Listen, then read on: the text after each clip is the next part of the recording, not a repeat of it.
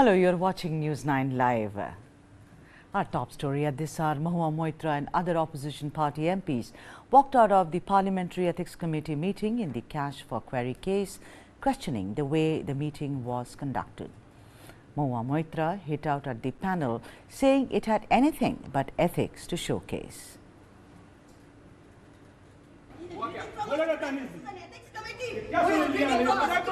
Asking also the simple questions. क्या पूछा था? अब थोड़े जाने भाई बता. All the MPs are. People are walking out in protest.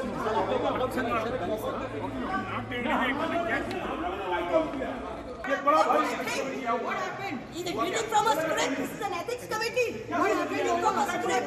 Asking also the simple questions. क्या पूछा था? अब थोड़े जाने भाई बता. All the MPs are. Where's the tears in my eyes? You're making up any rubbish. Tears in your eyes. You see my eyes and the tears in it. Then what are you talking shit for? Tears in my eyes. Where's my car? बाबा जी आपको अपना पक्ष रखने का मौका मिला.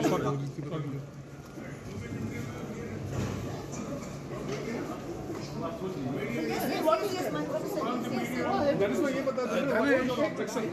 हम लोग बात करते हैं. हाँ.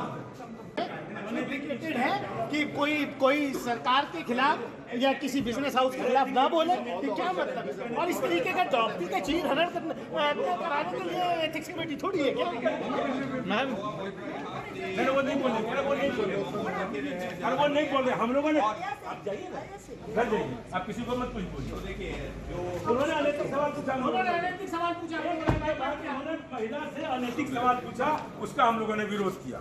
अब इससे आगे क्या बोले? तो ये एथिक्स कमेटी में अब आप वो स्पीकर तय करेगा. सवाल किसने पूछेगा? सोनकर साहब ने. और चेयरमैन नाम नहीं जानते. चेयरमैन ने अनैतिक सवाल. The complainant Nishikant Dubey and ethics panel chief Vinod Shankar defended their position.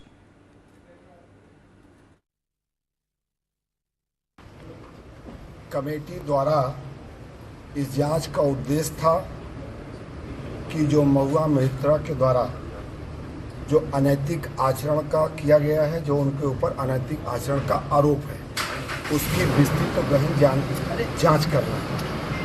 Mahua Moitra के द्वारा उसमें सहयोग करने के बजाय क्रोध से क्रोधित होकर कमेटी के ऊपर, कमेटी के चेयरमैन के ऊपर अशब्दों का प्रयोग करते हुए और साथ ही साथ जो विपक्ष के जो ये लोग थे, दानिश अली हों, दूसरे जो बाकी सदस्य हैं, गिरधारी यादव और बाकी लोग, रेड्डी, इन सब लोगों ने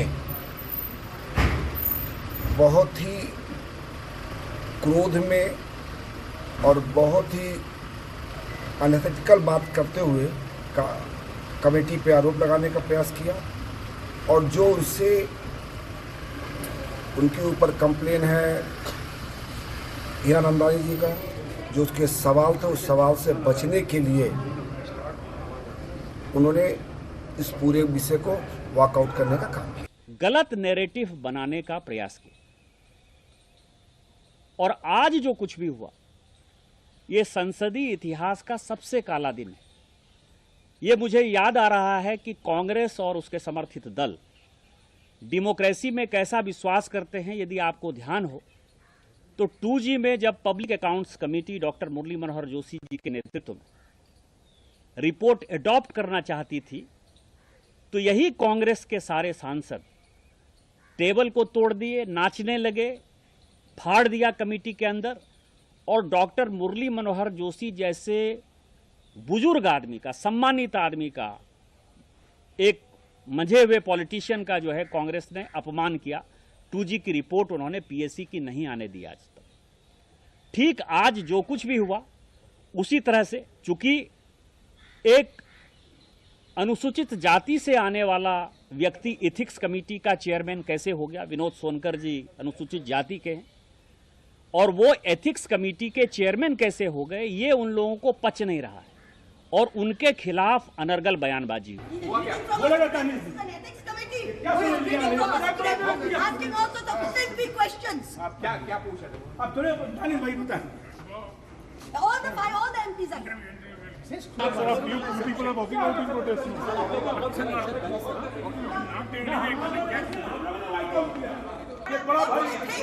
happened? He's reading from a script. This is an ethics committee. What is reading from a script? Asking also the filthy questions. क्या पूछे थे? All the MPs are. Where are the tears in my eyes? He's making up any rubbish. Tears in your eyes. You see my eyes and the tears in it. Then what are you talking shit for?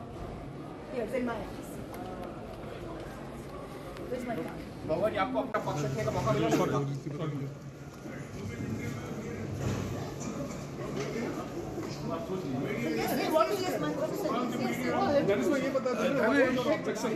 हम लोग बात करते हैं। हाँ है कि कोई सरकार के खिलाफ या किसी बिजनेस हाउस के खिलाफ ना बोले तो क्या मतलब? और इस तरीके का डॉक्टरी का चीर हनन कराने के लिए एथिक्स कमेटी थोड़ी है क्या? मैम वो नहीं बोले हम लोगों ने। आप जाइए ना, घर जाइए, आप किसी को मत पूछिए। देखिए उन्होंने अनैतिक सवाल पूछा, महिला से अनैतिक सवाल पूछा, उसका हम लोगों ने विरोध किया। अब इससे आगे क्या बोले? तो ये एथिक्स कमेटी में अब आप वो स्पीकर तय करेगा। सवाल किसने पूछेगा? सोनकर साहब ने। और चेयरमैन नाम नहीं जानते। चेयरमैन ने अनैतिक सवाल बोला जाता नहीं। Asking also the filthy questions. आप क्या पूछे थे? आप थोड़े भाई बताएं। All the MPs are. people are walking out in protest.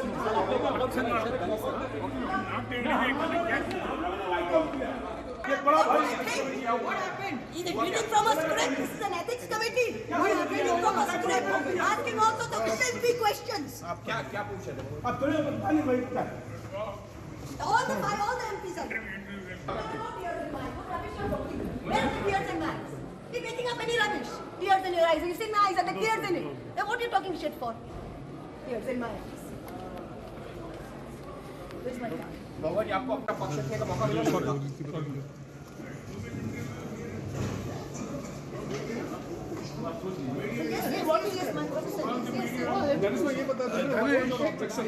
हम लोग बात करते हैं। हाँ है कि कोई सरकार के खिलाफ या किसी बिजनेस हाउस के खिलाफ ना बोले तो क्या मतलब? और इस तरीके का डॉक्टरी का चीर हनन कराने के लिए एथिक्स कमेटी थोड़ी है क्या? मैम वो नहीं बोले हम लोगों ने। आप जाइए ना, घर जाइए, आप किसी को मत पूछिए। देखिए उन्होंने अनैतिक सवाल पूछा, महिला से अनैतिक सवाल पूछा, उसका हम लोगों ने विरोध किया। अब इससे आगे क्या बोले? तो ये एथिक्स कमेटी में अब आप वो स्पीकर तय करेगा। सवाल किसने पूछेगा? सोनकर साहब ने। और चेयरमैन नाम नहीं जानते। चेयरमैन ने अनैतिक सवाल। Supreme Court reserves its verdict on a batch of pleas challenging the central government's electoral bond scheme, which allows for anonymous funding to political parties. A 5-judge constitution bench of the Supreme Court of India is hearing a batch of petitions challenging the legal validity of the electoral bond scheme, which facilitates anonymous donations to political parties. Supreme Court directed Election Commission of India to furnish the updated data of the funds received by all the political parties through electoral bonds until 30th of September.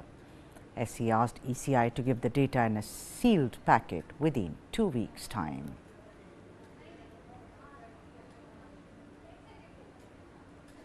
For the upcoming Telangana Assembly Polls, BJP released a second list of 35 candidates.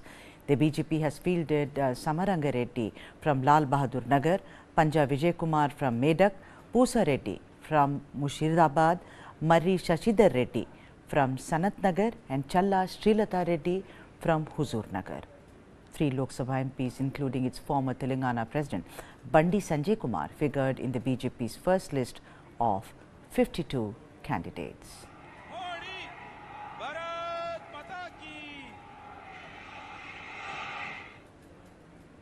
Rift in the India bloc, as Bihar Chief Minister Nitish Kumar says, the Congress party is more interested in the upcoming elections than having a united front against the Bharatiya Janata Party.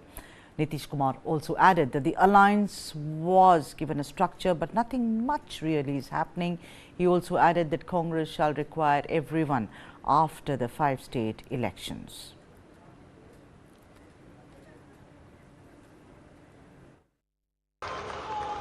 आज जो केंद्र में सरकार है उसकी आजादी से कोई लेना देना नहीं।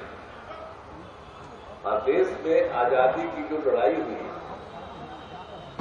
और राष्ट्रपिता महात्मा गांधी बापू को तो ये लोग भुलवाना चाह रहे हैं, खत्म कर देना चाह रहे हैं हर चीज को। तो इसलिए जरूरत है इस बात की, और इसलिए हम लोगों ने सभी दलों के साथ जो बातचीत की हम लोगों ने भी, और कहा कि जरा एकजुट होइए और जो देश के इतिहास को बदल रहे हैं उसको बचाइए, और इससे मुक्ति पाना है तो इसलिए सब एकजुट होकर के करिए। तो इसके लिए पटना में भी मीटिंग हुई, अन्य जगहों पर भी मीटिंग हुई, और उसके बाद ये तय हो गया कि भाई एक INDI है, Indian national developmental inclusive alliance का गठन किया गया, इसका नामकरण किया गया है। अब ये तो हो ही गया, तेजी से हो, लेकिन अभी तो काम ज्यादा नहीं हो रहा। अभी 5 जगह विधानसभा का चुनाव है, कहीं कांग्रेस पार्टी तो उसी में ज्यादा इंटरेस्टेड है, तो अभी तो जिसको हम लोग कांग्रेस पार्टी को आगे बढ़ाने के लिए हम लोग सब एकजुट होकर काम कर रहे थे, लेकिन अभी उनको कोई इस सब चीज की चिंता है नहीं।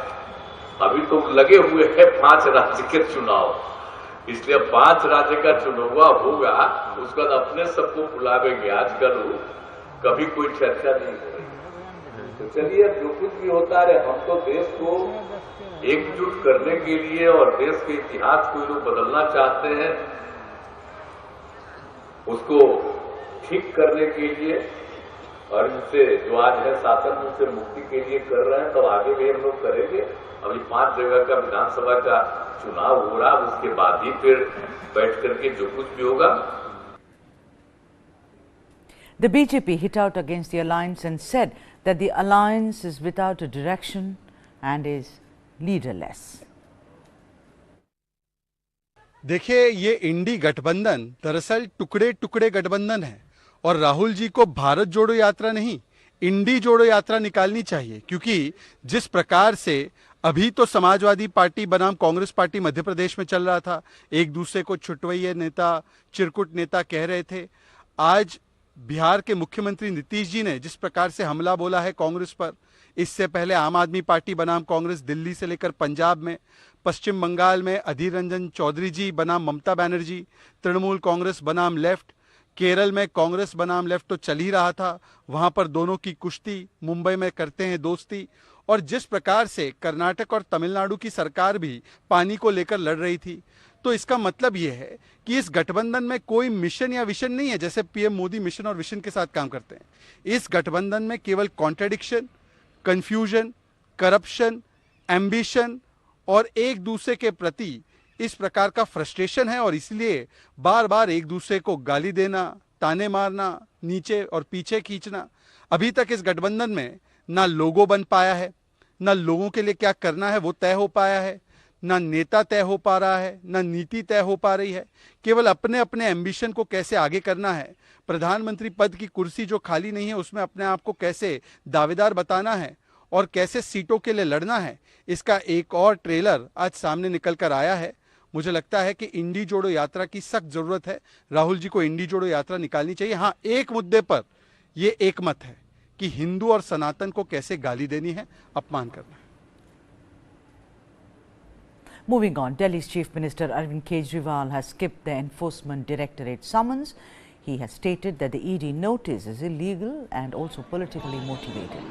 Kejriwal added that the notice was sent at the request of the BJP with the intention of preventing him from participating in election campaigning in 4 states. He has urged the ED to withdraw the notice without any delay. Chief Minister of Delhi has decided not to appear before the ED. Instead, he has left for a road show in Singrauli, Madhya Pradesh, along with Punjab Chief Minister Bhagwant Singh Maan. This is the second time that Arvind Kejriwal was summoned before an investigating agency in connection to the liquor case. In April this year, Kejriwal had appeared before the CBI for questioning as well.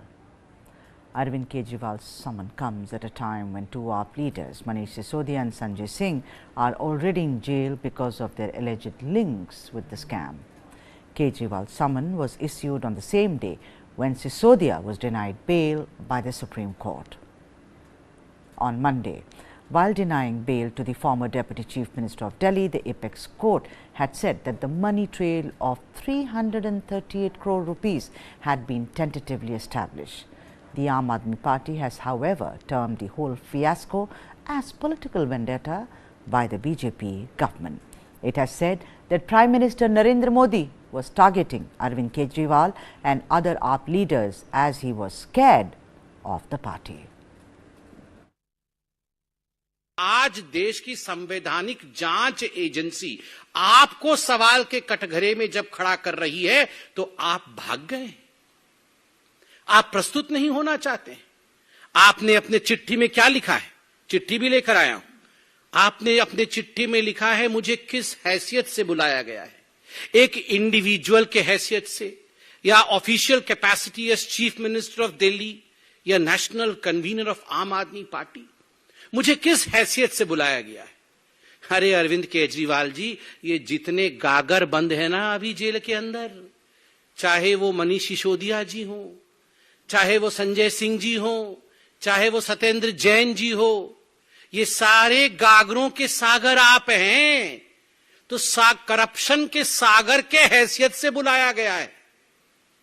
आप जो जानना चाहते हैं कि किस हैसियत से आपको बुलाया गया है, as the ocean of corruption, as the source of corruption, from where corruption emerges in Delhi, जहां से करप्शन जन्म लेती है उसके बाद मनीष सिसोदिया जी तक पहुंचती है, जहां से उद्भव होता है करप्शन का और उसके बाद वो पहुंचती है सत्येंद्र जैन के पास, जहां से करप्शन आरंभ होता है और उसके बाद वो पहुंचती है संजय सिंह के द्वारे, उस सोर्स के रूप में आपको बुलाया गया है। एज दैट सागर, गागरों के सागर के रूप में आपको बुलाया गया है। A search by the ED is underway at 9 premises linked to the Aam Aadmi Party leader and Delhi Minister Rajkumar Anand. The searches at the 9 locations started early this morning.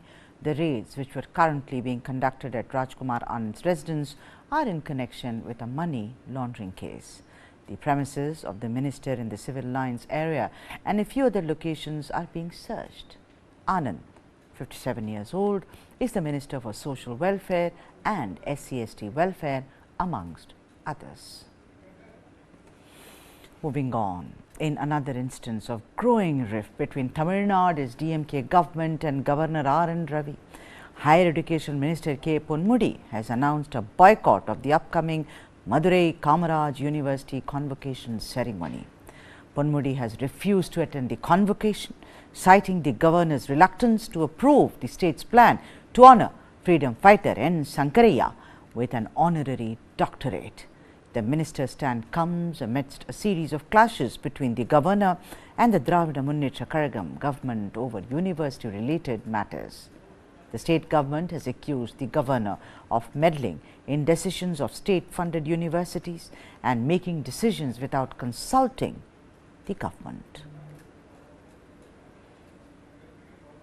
Moving on, a delegation from CM Sindhe's side met Maratha quota agitation leader Manoj Jarange and called on him to end his indefinite fast.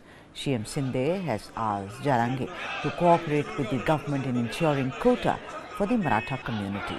The Chief Minister also said Marathas should observe restraint and that the government needs time for legal modalities to implement the reservation. The Chief Minister has appealed to people not to resort to violence and also asked political parties to avoid indulging in any activities that could worsen the situation. News coming from Kerala. The Kerala government has filed a writ petition in the Supreme Court against Governor Arif Mohammed Khan, accusing him of delaying the approval of 8 bills passed by the state legislature. This makes him the 3rd governor facing such allegations, following Tamil Nadu Governor R.N. Ravi and Punjab's Governor Banwarilal Purohit. The petition argues that the delay undermines the Constitution's core principles and also citizens' rights. Meanwhile, similar cases have emerged in Tamil Nadu and Punjab, highlighting tensions between state governments and governors over bill approvals. And now some focus and stories from pollution, which is rising both in Delhi as well as Mumbai. Rising pollution in the national capital remains a cause for concern as the city grapples with persistently very poor air quality. In the latest updates, Delhi Air Quality Index continued to hover in the very poor category for the 6th consecutive day. The air quality index was recorded above 400 in many areas of the national capital region, including Noida and Ghaziabad.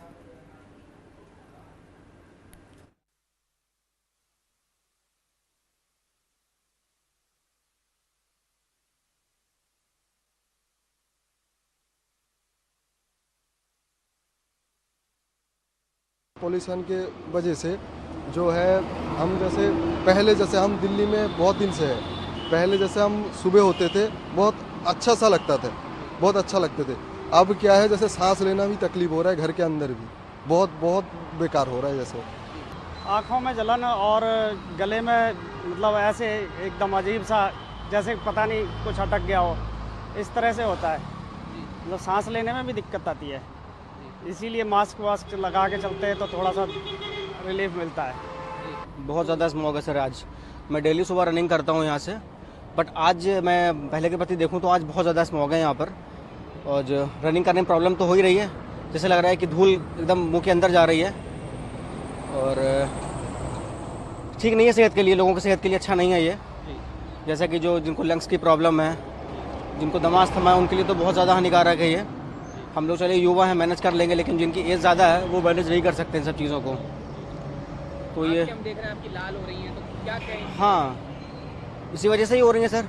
जैसा कि smog देखने को मिल रहा है यहाँ पर, running कर रहे हैं, सारा स्मॉग आँखों में जा रहा है, मुंह में जा रहा है, तो वो हवा फ्रेश नहीं है दिल्ली की।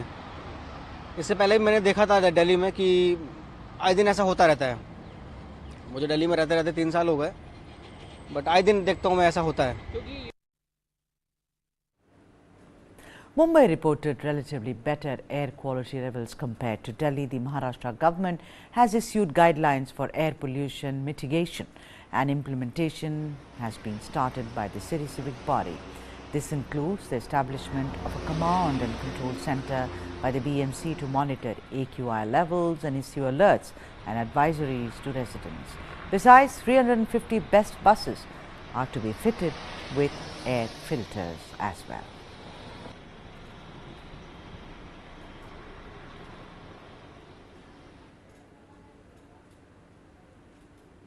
In northern China, especially in Beijing, a thick haze has covered the area, affecting over 100 million people. Severe pollution warnings are in place, with visibility dropping to just 50 meters many a time. Beijing had 5 days of unhealthy pollution levels recently, raising concerns. Despite efforts to combat pollution, factors like heavy industry, coal burning and vehicle emissions contribute to the problem. The government has issued alerts urging emission cuts and limiting outdoor activities. Pollution remains a significant challenge in the region.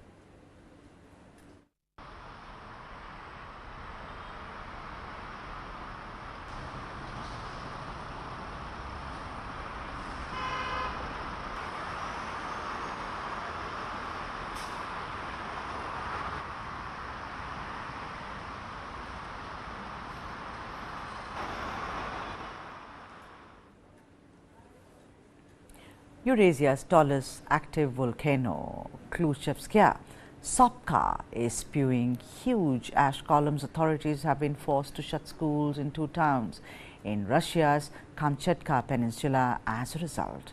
Ash reached 13 kilometers above sea level after the volcano erupted. No injuries have so far been reported. Both towns, each with around 5,000 residents, were closed down. As a precaution, the volcano has been releasing lava since June. Kamchatka Peninsula, known for its volcanoes, is about 6,700 kilometers east of Moscow.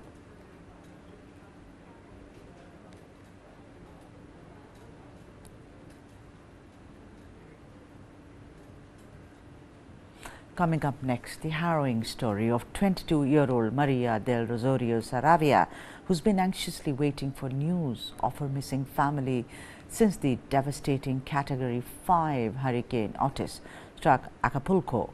The record-breaking storm has ripped apart homes and businesses and left nearly 90,000 residents of Acapulco in utter darkness. Listen in. 22-year-old Maria del Rosario Saravia comes to wait at this dock every day for news of her mother, 2 brothers, and 4-year-old son. Since she lost touch with them a week ago, when the Category 5 Hurricane Otis struck the Mexican city of Acapulco. Apparently, they stayed there on the boat at 11:40 p.m. I spoke to my mother, and she told me that they were fine. Then I couldn't communicate with her anymore. I lost signal. I can't communicate with her anymore. To this day, I have not been able to communicate with any of them. It was the last day I saw them, and I hope to see them again soon. She says her mother, younger brother, and son were with her father, a fisherman, on his boat when the storm hit. Her elder brother, a boat captain, was on a separate boat, which has been missing since the storm. Saravia says her relatives were ordered by their bosses to look after the boats through the storm. Her father is the only one she has seen since. They sank over there. My father was shipwrecked all night, but he doesn't know where my mother, my brother, and my baby are. He says they were with him, but the pressure of the water and the force of the air took them away. So we have been here since the first day looking for them, but we haven't heard from any of them. Nor have we had any support from any authority, government, or my father's employer. Authorities say Otis was the most powerful storm to ever strike Mexico's Pacific coast. The record-breaking storm ripped apart homes and businesses and left the nearly 900,000 residents of Acapulco in the dark. At least 50 people were killed in the storm, and there is fear more bodies were swept out to sea, with the search effort ongoing. Help, divers, please help, the sign reads. Acapulco authorities have given few details on the dead and injured, but the state government says dozens are still missing. It's not clear if Saravia's family members are included in the tally. Mexico's government on Wednesday announced a $3.4 billion recovery plan for the battered city. But as many Acapulco residents begin to rebuild, Saravia says she will remain camped at the dock until she has answers. We'll be here until we found our relatives. I can't say tomorrow we won't come because we don't know when we will find them. We'll be here until we find them.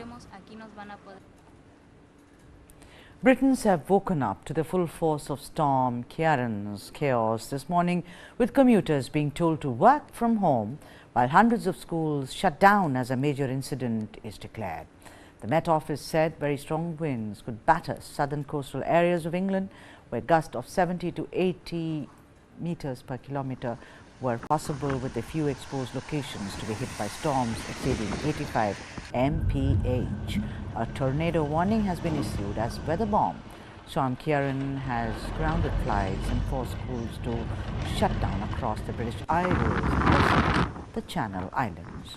The warning issued by the Tornado and Storm Research Organization, or Toro, said the highest risk of a tornado could be across South Wales to London.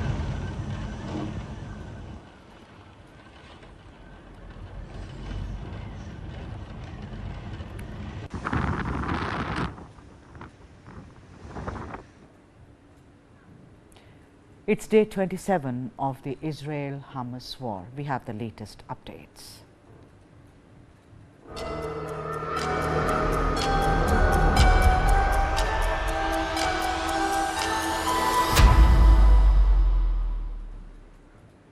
One of the most disturbing statistics coming in from Gaza is that 940 children have been reported to be missing since the start of the war. Meanwhile, rescue workers have pulled out 50 bodies from under the rubble at the Jabalia refugee camp, which was hit by Israeli airstrikes.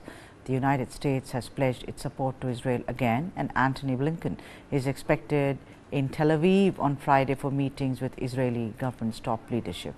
Israel has continued its diplomatic offensive, and its envoy in the United Nations has compared Hamas to the Nazis. The death toll in Gaza is set to reach 9,000, while 320 IDF soldiers have been killed since 7th of October. The IDF has targeted and destroyed 600 Hamas sites in Gaza since the start of the ground offensive.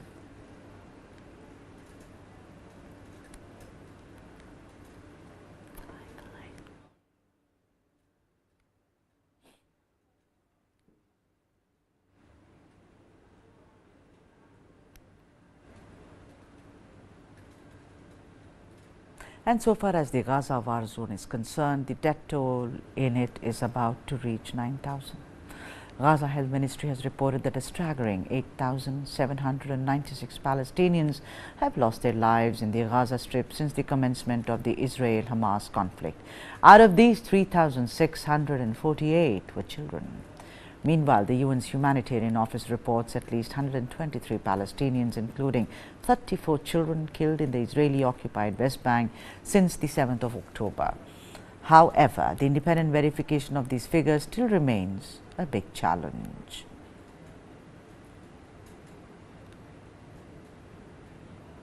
Ambulances transport injured evacuees from Gaza to Egypt on Wednesday through the reopened Rafah crossing.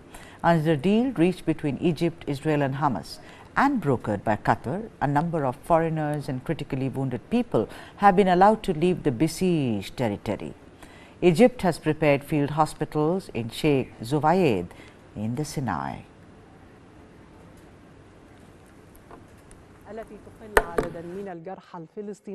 Ambulances transport injured evacuees from Gaza to Egypt on Wednesday through the reopened Rafah crossing.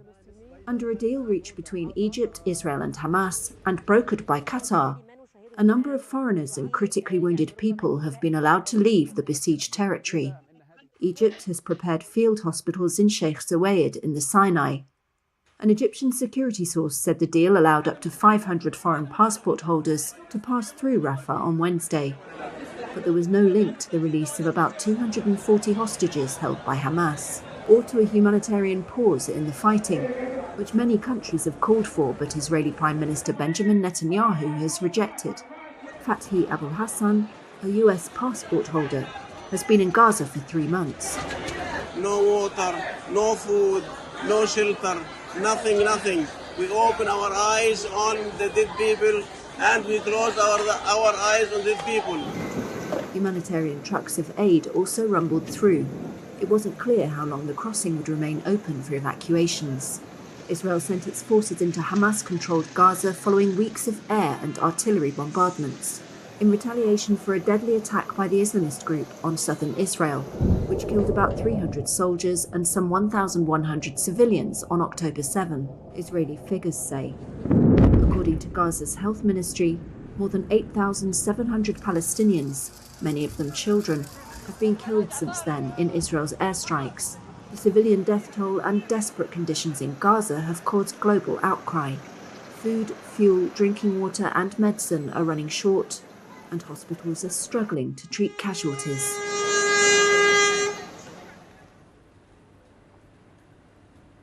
Kibbutz Be'eri lost around a tenth of its population in the 7th October attacks. The survivors have been evacuated from what is now a closed military zone at a Dead Sea resort away from rocket fire. Therapists assist them in their recovery. Portraying the dead from a time before their world fell apart. Just one of the therapies helping these people process their trauma at this upscale resort on the Dead Sea. It's a place of relative safety in a country at war. Around 1,000 Israelis who escaped the massacre at Kibbutz Be'eri were evacuated here, where they'll live for at least the next few months, and try to come to terms with what happened. Yeah, in 6:30 in the morning, something like this, we heard a lot of bombs and we woke up. Ella Ben-Ami recalls the moment the ordeal began. Her parents soon texted her from their home up the street. They were in hiding. Hamas gunmen killed more than 100 people in Be'eri that day. Ella feared her mum and dad were among them. Something like an hour later, I saw a picture of them on Telegram with both terrorists they took them. It's not in Israel. I guess it's in Gaza. 2 weeks later, Ella found this video on Telegram showing her captured mother, filmed by Hamas. So, looking for clues of where they might have been taken, she and her sister went back to their childhood home. Why? I can't even describe it. It was so hard. Even yesterday when I went to there.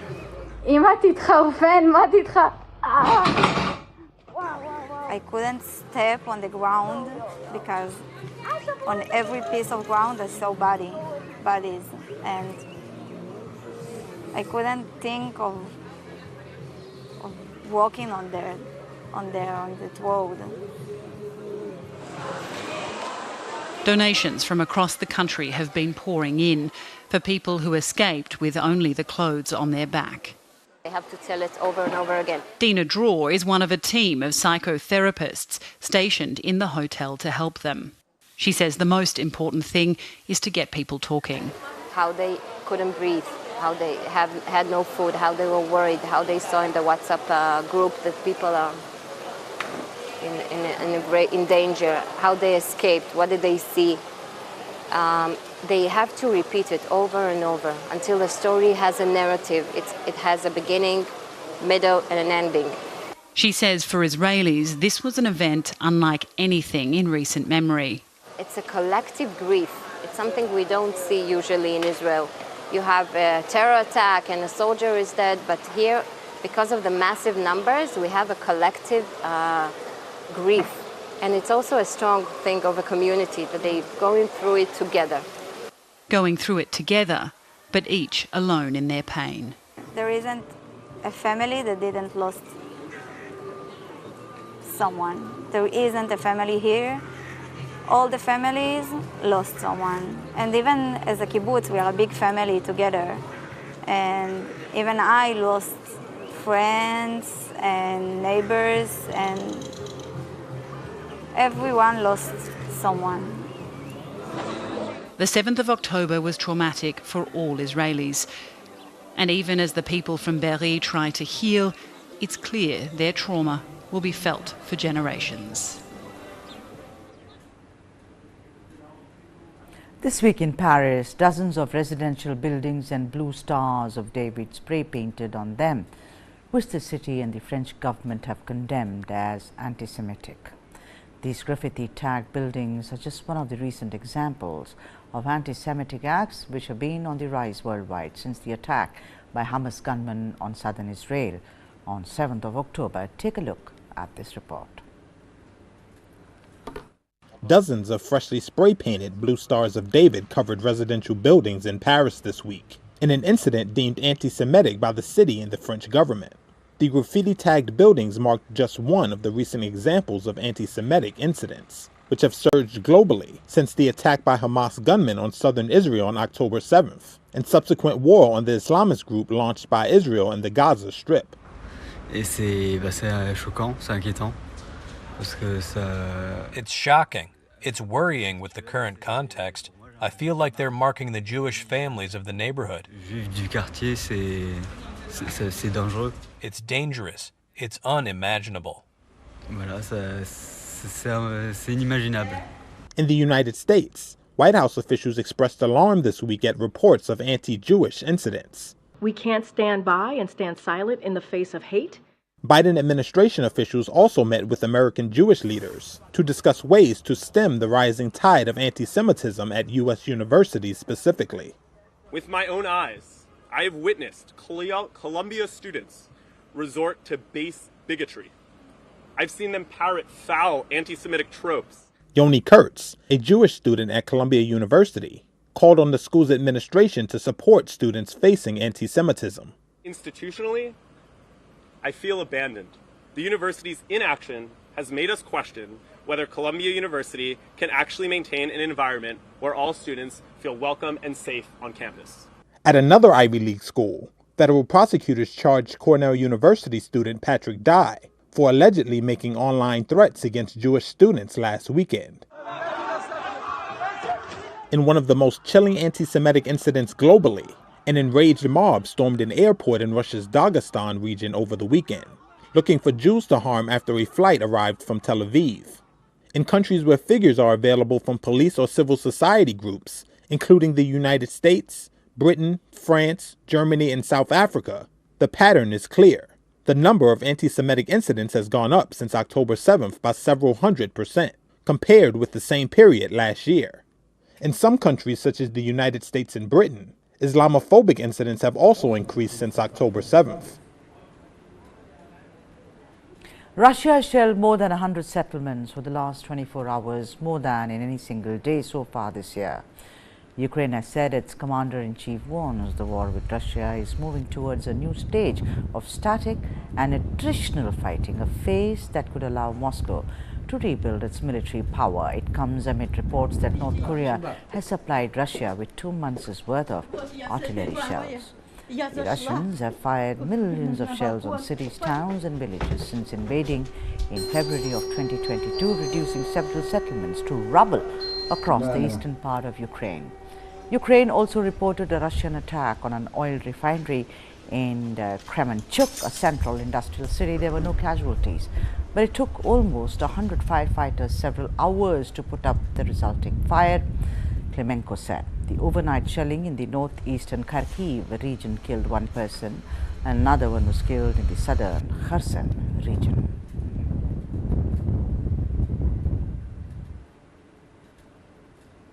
Since Russia's invasion in early 2022, Ukraine has seen the emergence of a growing domestic drone program. The program has led to the development of various attacks and recce drones, including the significant role played by the Shark drone in combat. Take a look. As well as looking mean, this new drone gives Ukrainian forces a cutting edge to find enemy positions.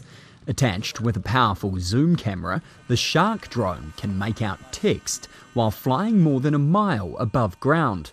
Here's drone pilot Soliara.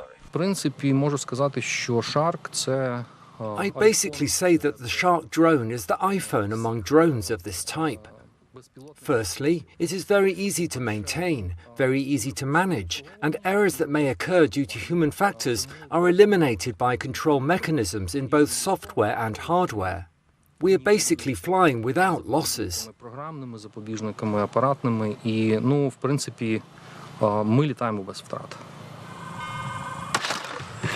Field teams can pinpoint coordinates of targets for artillery units to attack from a safer distance in a control van. Artillery dominates the battlefield in this war, and thousands of shells are fired by Ukrainian and Russian forces every day. Soldier Kenobi explains the success they've had. About a month after I started working with the Sharks, we found an air defence complex. We struck it, and it was very spectacular.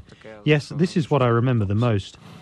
Ukraine's domestic drone program has soared since Russia invaded in early 2022, producing a range of attack and reconnaissance UAVs that have played an increasingly important role in battle along front lines stretching over 600 miles. One Shark costs only $50,000 to make, and local manufacturing means they're easy to repair. It's quite resistant to electronic warfare. This has been tested many times.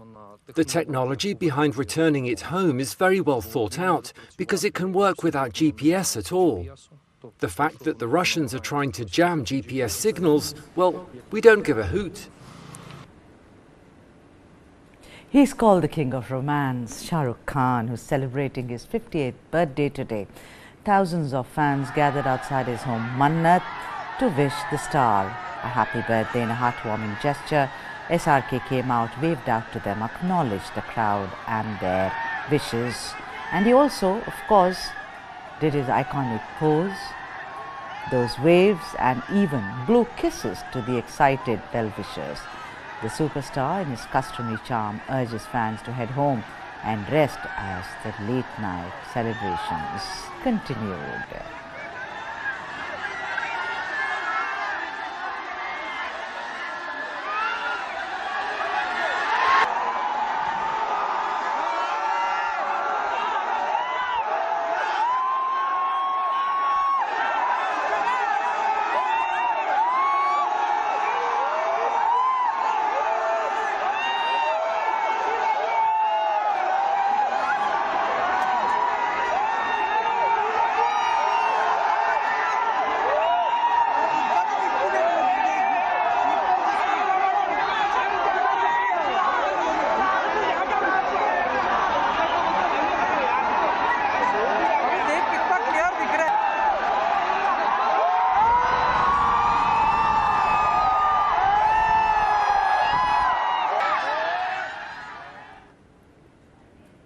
And that's all we have in this news bulletin. Keep watching News9 Live.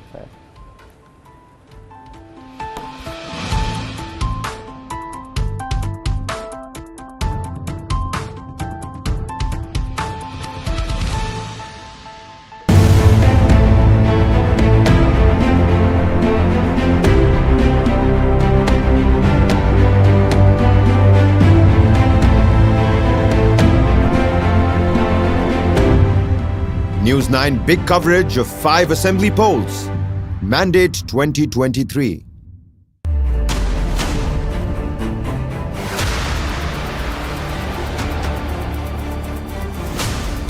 BrahMos. Stealthy, lethal, precise. It flies at 3 times the speed of sound and cuts through a warship like a hot knife through butter. China's navy has threatened its neighbors, and they are turning to the BrahMos for protection. The warship killer. This and more streaming on world's first news OTT, News9 Plus. Download now.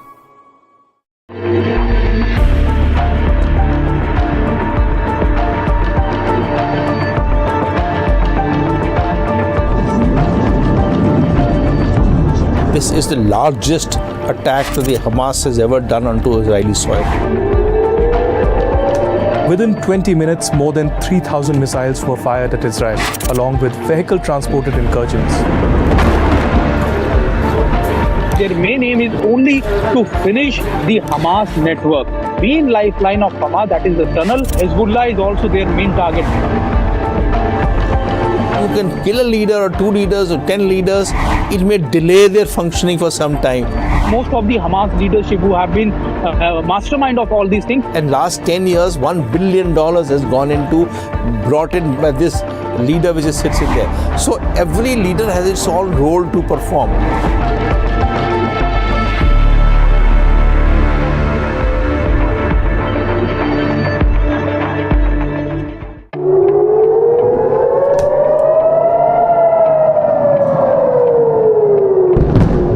In the early morning of October 7, 2023, the world woke up to the deadliest attack on Jews since the Holocaust.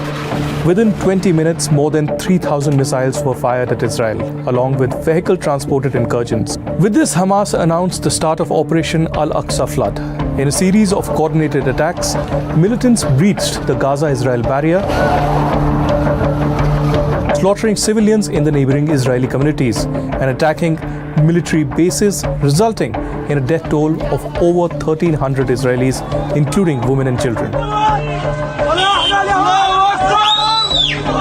Soon after the assault, Prime Minister Benjamin Netanyahu declared a state of emergency for areas within 80 kilometers of the Gaza border and pledged that Israel will win by calling for mobilization of tens of thousands of army reservists.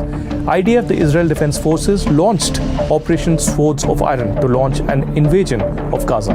The goal was to rescue the hostages taken to Gaza and parallelly wipe out the top political and military hierarchy of the Hamas, the Palestinian group that controls Gaza.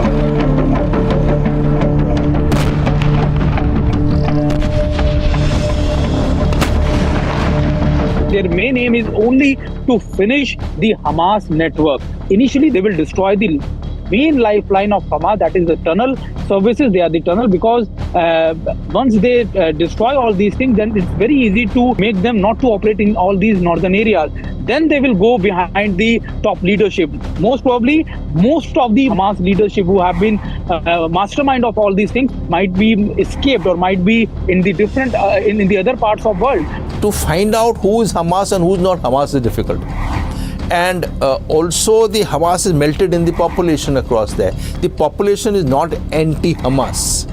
56 or 60% last voting supported Hamas as an organization. To say that the population will give out information that this fellow is Hamas and you can come and kill him, that is not simple. So you